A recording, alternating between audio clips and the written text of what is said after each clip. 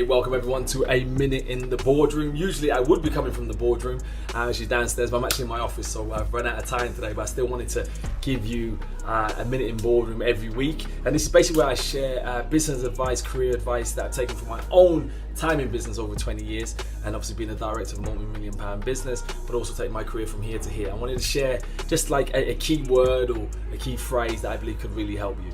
The one thing I'm going to say today is that if you're going to be successful in your career and you're going to be successful in business, get accountability. Get some form of accountability. Someone who's going to hold you accountable for the things that you should be doing, or the things that must be done.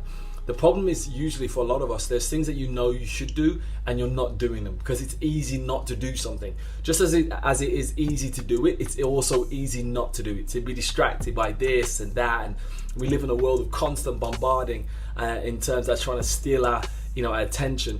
So every day we're wrestling with the scenario of doing what we should do or being distracted and going over here. That's happening every day, and you've got to find that person who's going to hold you accountable. In my company, we've got like 30 people who hold me accountable because they all want to get paid. So I need to make sure I make things happen.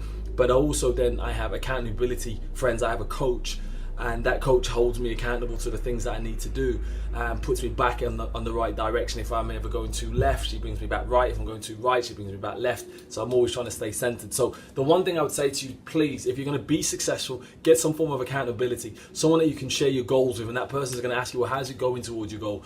What are you doing today? What is it that you wanted to achieve today? And if you do that, you will have the probability of being more successful in achieving your goals in your career or your business. So I hope that helps. As I always say, if you want, any specific advice, please shout me out about careers, about business, or anything like that, and I will ensure to answer your questions. But obviously, make sure you join us for another minute in the boardroom. God bless you. Bye bye.